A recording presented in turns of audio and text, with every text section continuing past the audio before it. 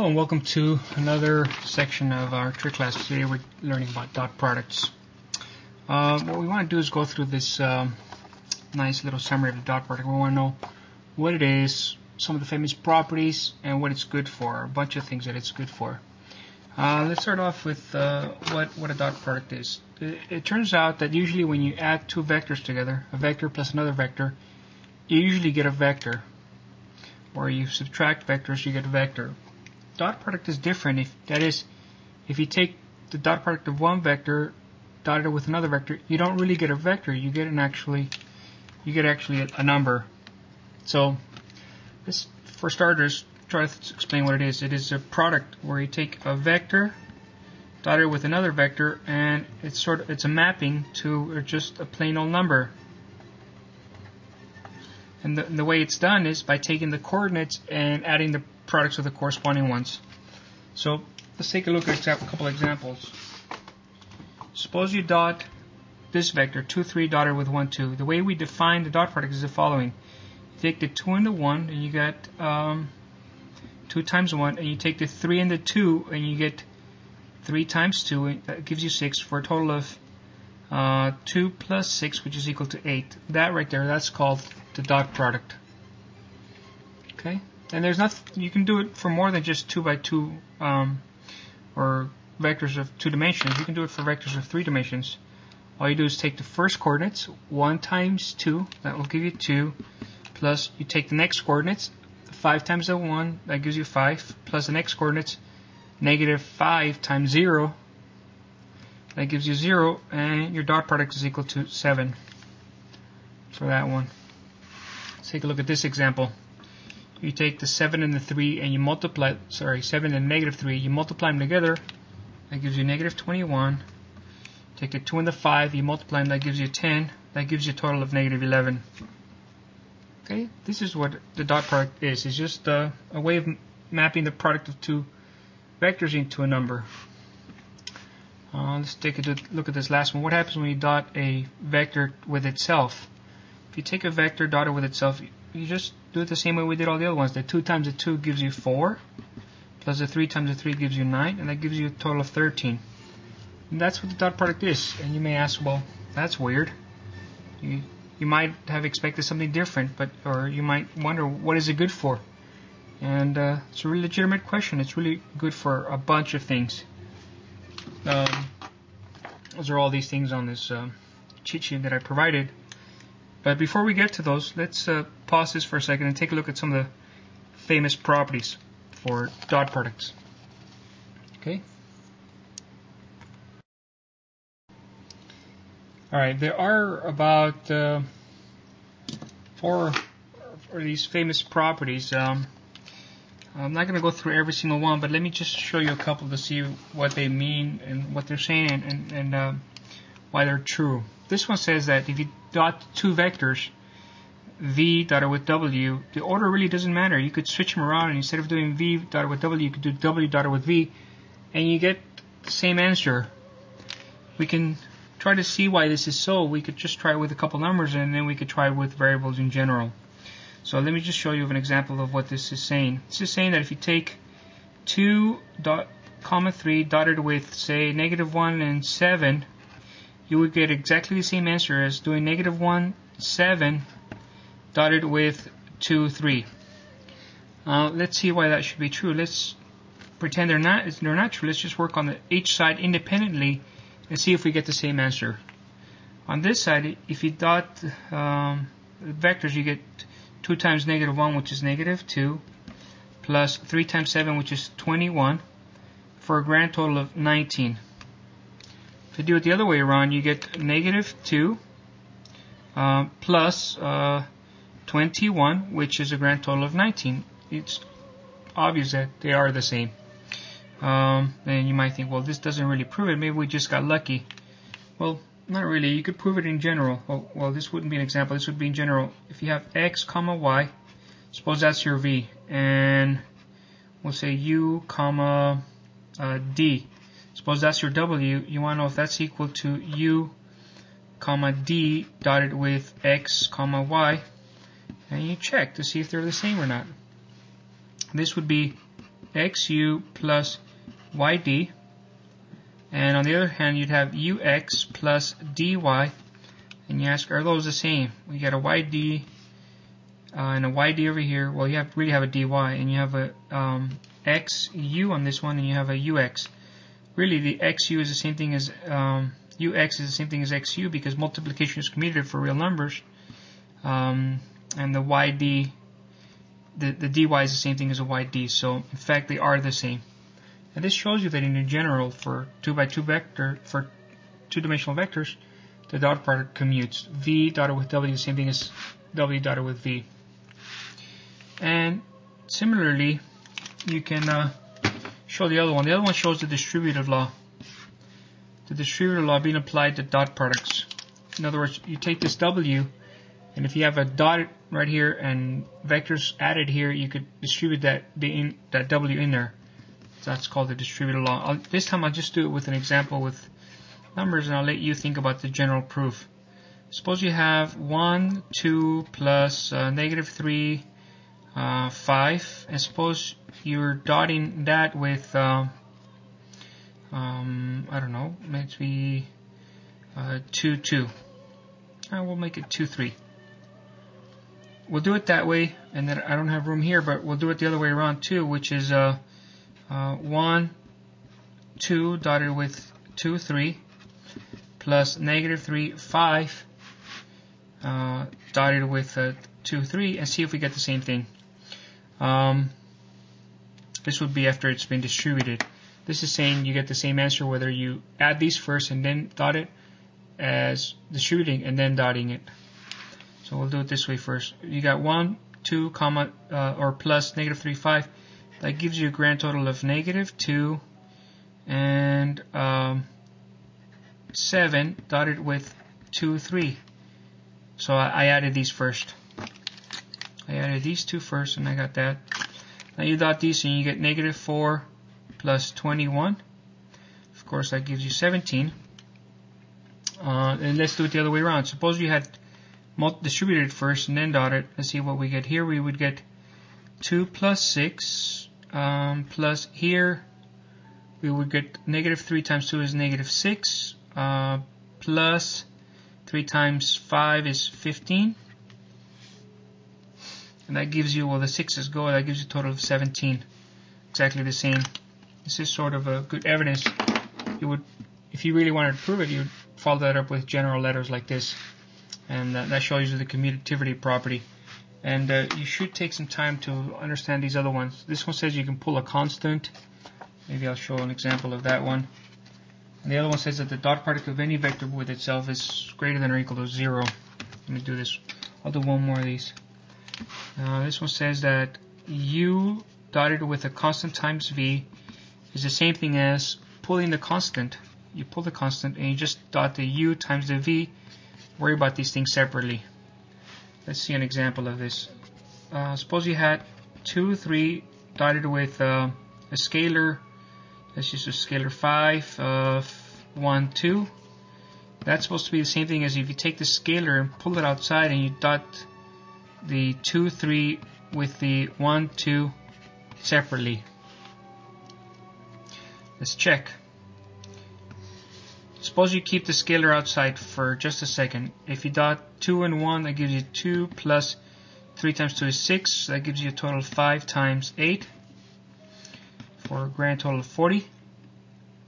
Doing it the other way, where you have a scalar here, that will give you 2, 3, and you scale that vector 5 and a 1, 2, and that will give you a total of 5, 10. That will give you a total of 5 times 2 is 10. 3 times 10 is 30, grand total of 40. It's not an accident. In general, you can always pull this constant. This just kind of shows you how it works, but really you could take some time and do it with generic, variables here like x, y, and a, b, and you'll see everything works the same. This scalar can, if you're dotting a vector with another vector that's being scaled, you don't have to worry so much about the scalar. You can just pull that outside, pull it aside, carry on the dot product, and then multiply by the scalar at the end. Okay, both that and those are the same thing. That's what that property says. that's these properties right here. What we want to do after this is maybe check out some of these other ideas and see the very, very important question is, what in the world is this good for? What has it done for us lately? So let's put this on pause for just a second and come back and contemplate that question. So one of the first things that the dot product is good for is to find magnitudes of vectors. We've done this before, and it's worth taking a look at here in a different point of view. From a different point of view, take the vector v, which is, say, 2, 7. And suppose you want to know the magnitude. How big is it? In the old days, what we would do, or prior to today, what we would do is you try to graph it, and you think, all right, this vector goes over 2 and goes up 7. So the vector v is right here. That's my v. To figure out the size of it, I would just go like this. The size of v is equal to the 7 square plus a 2 square, and then I would take the square root. Right? That's a normal way to find the size of the hypotenuse on a right triangle. By the way, this is the square root of 49 plus 4. That would be the square root of 49 plus 4, which is equal to the square root of 53. That's fine. That's what we did before. The dot product has a different idea. It says, you know what, we can do that using the language of dot products. What happens when you take v dotted with v? Well, that would be 2, 7 dotted with 2, 7. That would give you a grand total of 4 plus 49, which is also 53. It's the same thing, taking the 2 square and the 7 square. So in some sense, you could think, well, anytime you take the vector v and dot it with itself, you get 53. Or you get the size of it squared. So you could rephrase it this way. A vector dotted with itself is equal to the norm of the vector squared.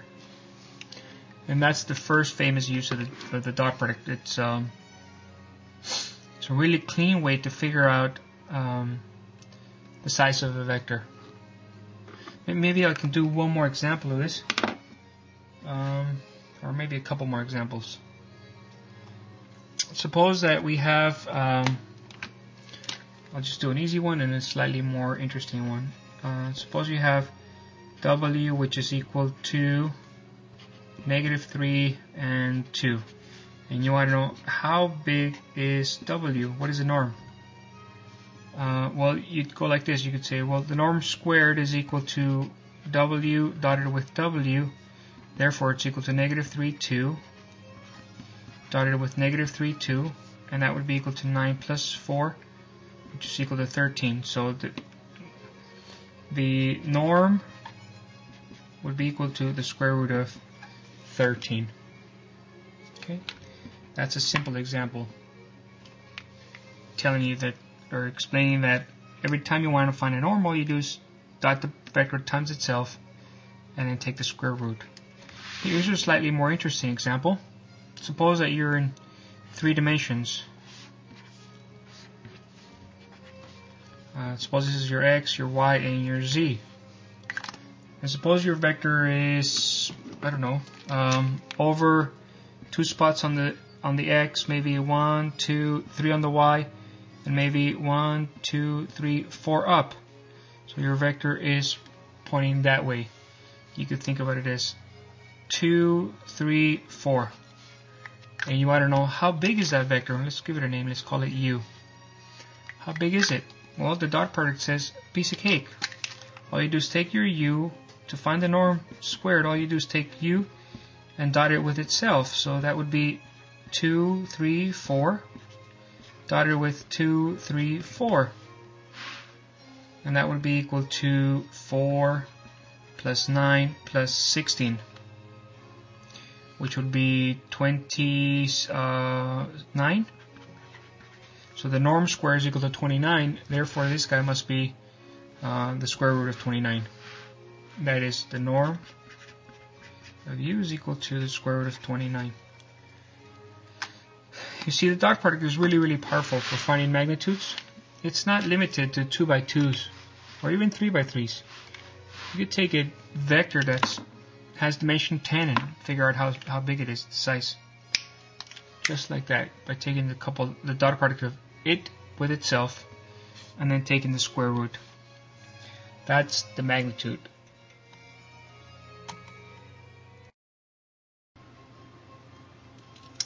Here's another nice application for the dot product. It helps you find the angle between two vectors. Suppose you just simply start off with a problem like this where you've got two vectors and you want to find the angle between them. One way to go about it would be to turn it into a triangle, and you'll use all the ideas from solving triangles from the law of sines and cosines, which is similar to what we're going to do, but we're going to use the language of dot products. So to convert this into triangles, the first thing you would do is you figure out what would this side be over here. Well, let me think. If you join these sides together and say you go this way, then this piece, let me see, will be called x, and w plus x equals v. So I can maybe make a little mental note here. W plus x is equal to v, so therefore x is equal to v minus w. So this piece over here is v minus w. That's this piece. Okay, that's using vectors. Now suppose I, at that point, abandon the vector idea and just go for strictly the sizes of each of the sides. Then I would change this to, the size of this will be exactly the same thing as this side will be the size norm of v, and this side will have the size of v minus w. And then when I no longer have vectors, I just have, you can forget about all those arrows, you just have regular sides, regular triangle. If that's the case, what would happen if you stand on this side right here and apply the law of cosines?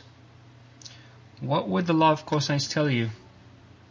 Well, the law of cosines would tell you that the opposite squared, that would be v minus w squared, is equal to the sum of these sides squared. So that would be the sum of v squared plus w squared, and that's almost what it would tell you. That's what it would tell you if it was just Pythagoras' theorem. Law of cosines is more general. It considers a case when that was not at 90 degrees. So you have to subtract this stuff over here. 2 times the norm of v times the norm of w times cosine of theta. Right? That's the law of, this is the famous law of cosines. Now that's fine. That's we could have done that in the previous chapter, but what we want to do now is change this using the language of the dot product to see what it says. This guy, any vector dotted with itself can be turned into a dot product. This would be v minus w dotted with v minus w in parentheses. This one, if you turn it into the language of dot products, would just be v dotted with v. This one would be w dotted with w. And this one, you can't do much. Just leave it as norm of v and norm of w times cosine theta.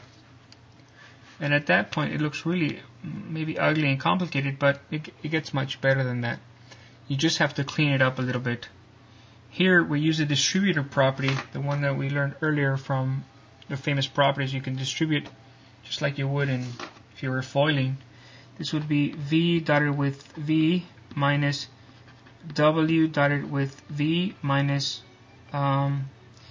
v dotted with w plus w dotted with w.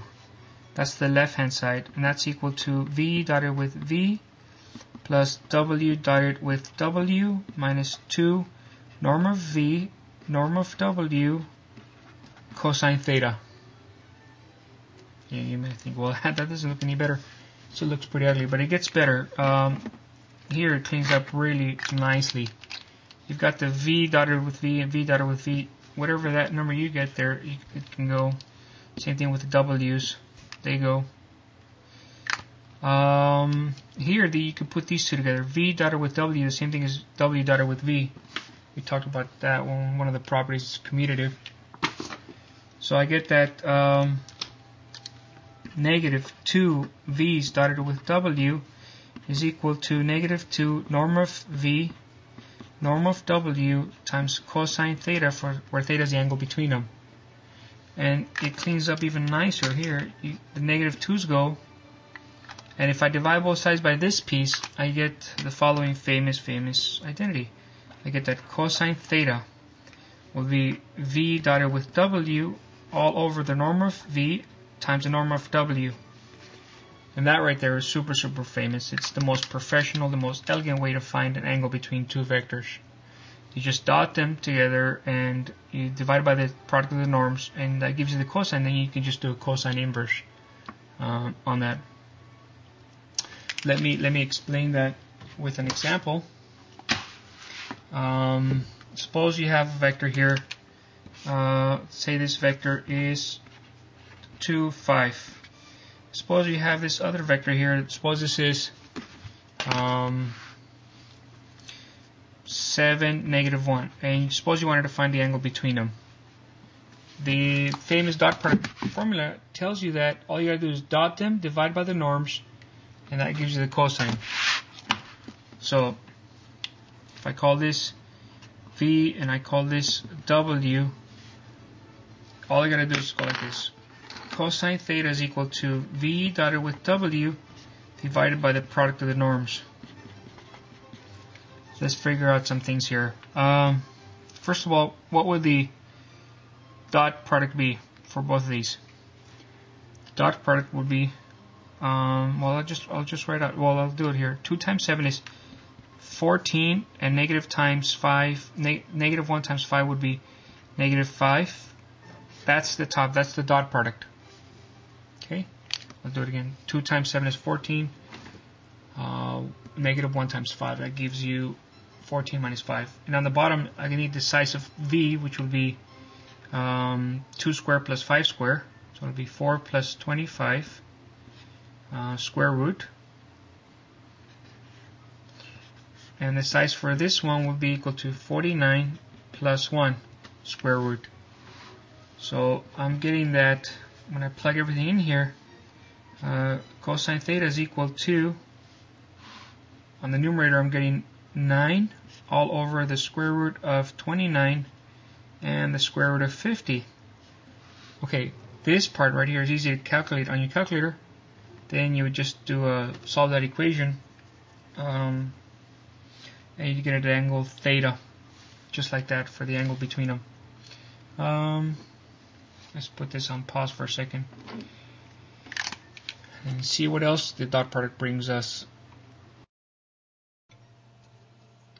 But by the way, when you calculate this turns out to be approximately 0.236, and then when you do the inverse, you get that theta is approximately 76.3 degrees. You do it in degrees. So that's really the most professional way to find angles between vectors. And keep in mind how powerful this is. You could have vectors in 5 dimensions. Imagine 5 dimensions. And the ease with which you could find the angle between them, you'd be as easy as taking the dot products on the numerator, dividing by each of the norms on the bottom. That gives you the cosine, and you just do the cosine inverse, just like this. Might seem easy in 2 dimensions, but it really is much more powerful in this. In any dimension, you could find the angle between 2 vectors. Okay, let's put this on pause and see what other applications are brought to us by the dot product. Okay, consider the following question. Assuming that we've dominated this formula here, this really nice professional way of finding the angle between the 2 vectors. Consider the following question. What if the dot product was equal to 0? What would this formula tell us if the dot product was equal to 0? Well, it would tell us that this part over here is 0. So it would say that cosine of theta is equal to 0 divided by the size of v times the size of w. Assuming both of these are not 0, then this fraction would be equal to 0. And you would get that cosine theta is equal to 0. And what would that tell you? Well, that would tell you that the angle has to be either, think about the cosine graph, it goes something like this. it's 0 at 90 degrees or 270. If you're talking about the angle between two vectors, we're talking usually one that's less than 180 degrees. Otherwise, you would measure the smaller one. So this tells us that the angle is 90 degrees. Let me rephrase that again. If the dot product is equal to 0, then the angle is 90 degrees. That's telling you that the two vectors are perpendicular. Perpendicular. Such a simple and elegant way to check when two vectors are perpendicular. If the dot product is equal to 0, it's perpendicular. And I think we can handle the converse as well. That would be the following question. What if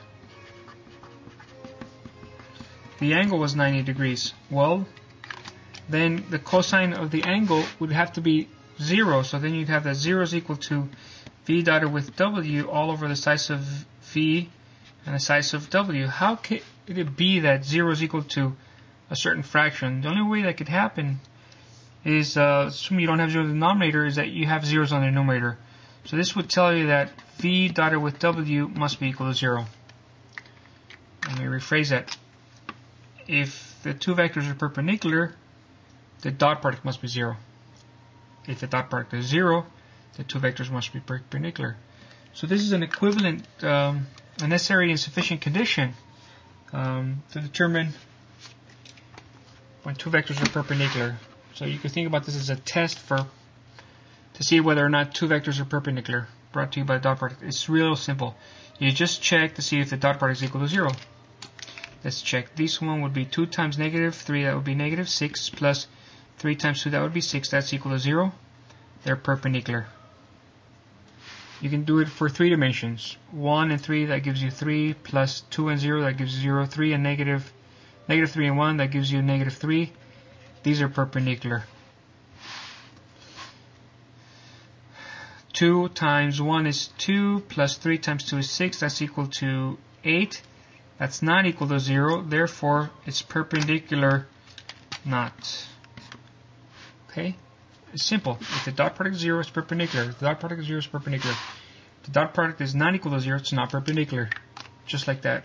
The most simple, professional, elegant test to see whether two vectors are perpendicular or not is brought to you by the dot product. That's already quite a few things. The dot product brings you a nice way to find magnitude. It brings you a way to find the angle between two vectors, and it gives you a very nice test to see whether two vectors are perpendicular. And there's more.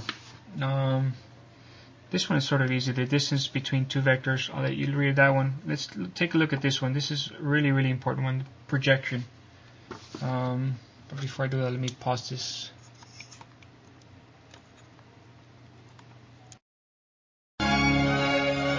Okay, so let me try to motivate the next topics.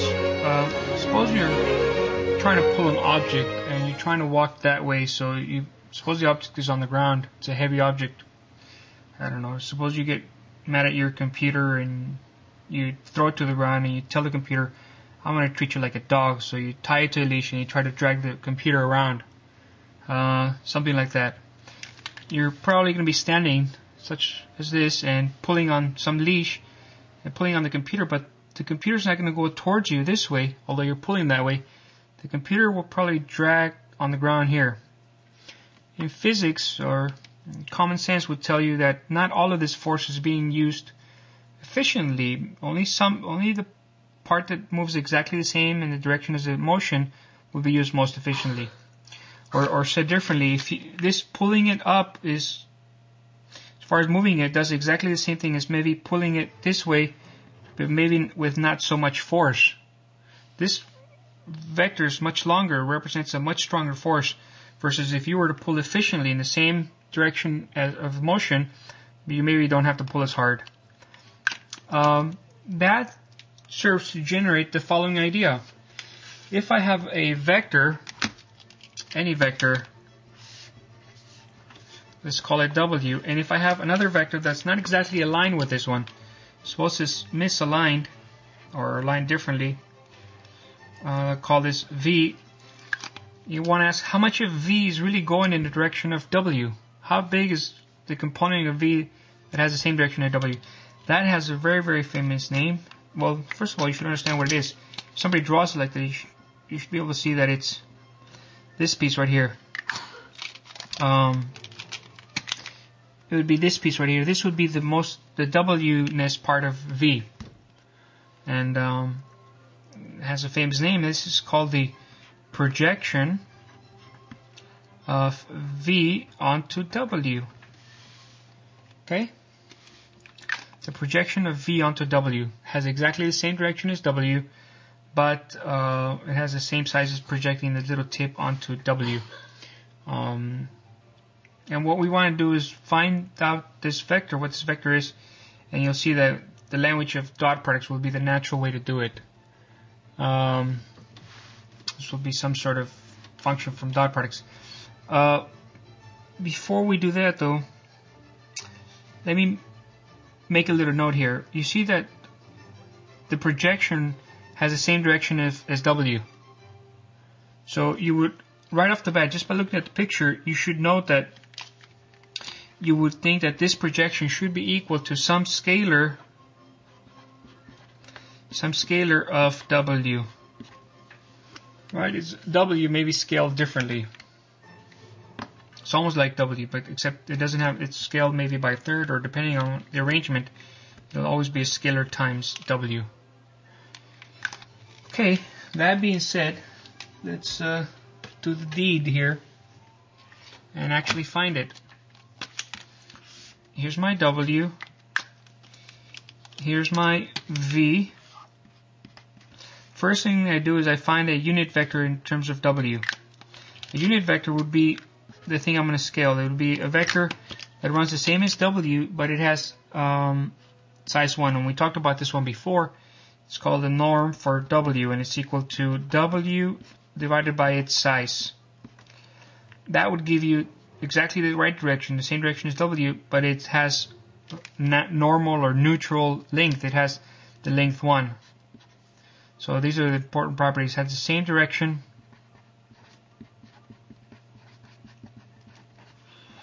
as W, but it has a neutral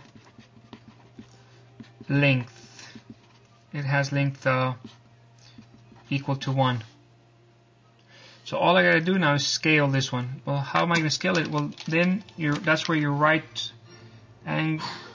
triangle trigonometry comes in. This would be the right scalar. That's how much you want to scale the unit vector. You take this unit vector and then make it the right size. Let's think about that. Suppose we call this angle theta. Let's call this scalar x. Okay, then you could just do some right angle trigonometry. You're standing right here and you find a function that compares the adjacent one, which is x, with the hypotenuse, which if you just look at it as a plane triangle, not as a vector but as a triangle, the size of that is just norm of v. So you would come up with the following equation. You would have to say that cosine theta is equal to adjacent over hypotenuse, which would be the norm of v. So therefore the scalar that you want is equal to the norm of v times the cosine theta. Okay? And you think, well, that's great, but it doesn't look anything. I'm not using the language of dot product. Well, we had already calculated cosine theta using the language of dot products. That one was v dotted with W all over norm of v and norm of W. That's your scalar. So this cleans up nicely because the norm of v's go, and really you just have v dotted with W divided by norm of W. That's your scalar. That's the one we're going to take our normal vector here, the one that has length 1, and we're going to scale it by x. So bottom line is the projection of v onto W would be equal to the scalar times the norm for W. That turns out to be v dotted with W, I'm reading it from here, over norm of W times the norm of W, which would be W over norm of W. And this right here is super famous. That's the projection formula right there for projecting one vector onto another.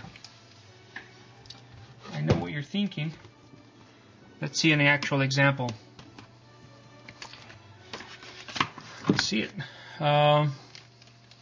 Suppose this vector right here is, let's say 4, 3. Suppose that this other vector here is 1, 5. Okay. The projection of, say this is V, this is W. The projection of V onto W is equal to, and here's their famous recipe. By the way, it's also here on the famous recipe sheet. Projection of V onto W, that will give you V dotted with W all over W, norm of W times norm of W. By the way, this is norm of W squared, which is also equal to W dotted with W times W. So let's do it. Talk is cheap. This on the numerator for the top, we're going to get the dot product of both of them. So that will give me 4 plus 15, total of 19. Then I'll get the norm of W times the norm of W, or it dotted with itself. That's 16 plus 9 times the vector W. So 4, 3.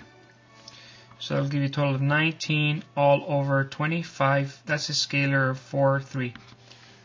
And that right there is famous. That's the projection of V onto W. If you were to draw it using graph paper or whatnot, you'd see it. It looks exactly like this vector right here, which is the W-ness of V, or the component of V that goes in exactly the same direction as W. Okay, that's projection. It's incredibly important. You're going to see this over and over and over again. In pre-calc and calculus and everywhere you go on the streets, you'll see it. In any case, I think that will do it for us today. I hope that you guys will read this, look over it, and you should be able to have some fun with the homework. Okay, until next time, thanks for watching. We'll see you guys.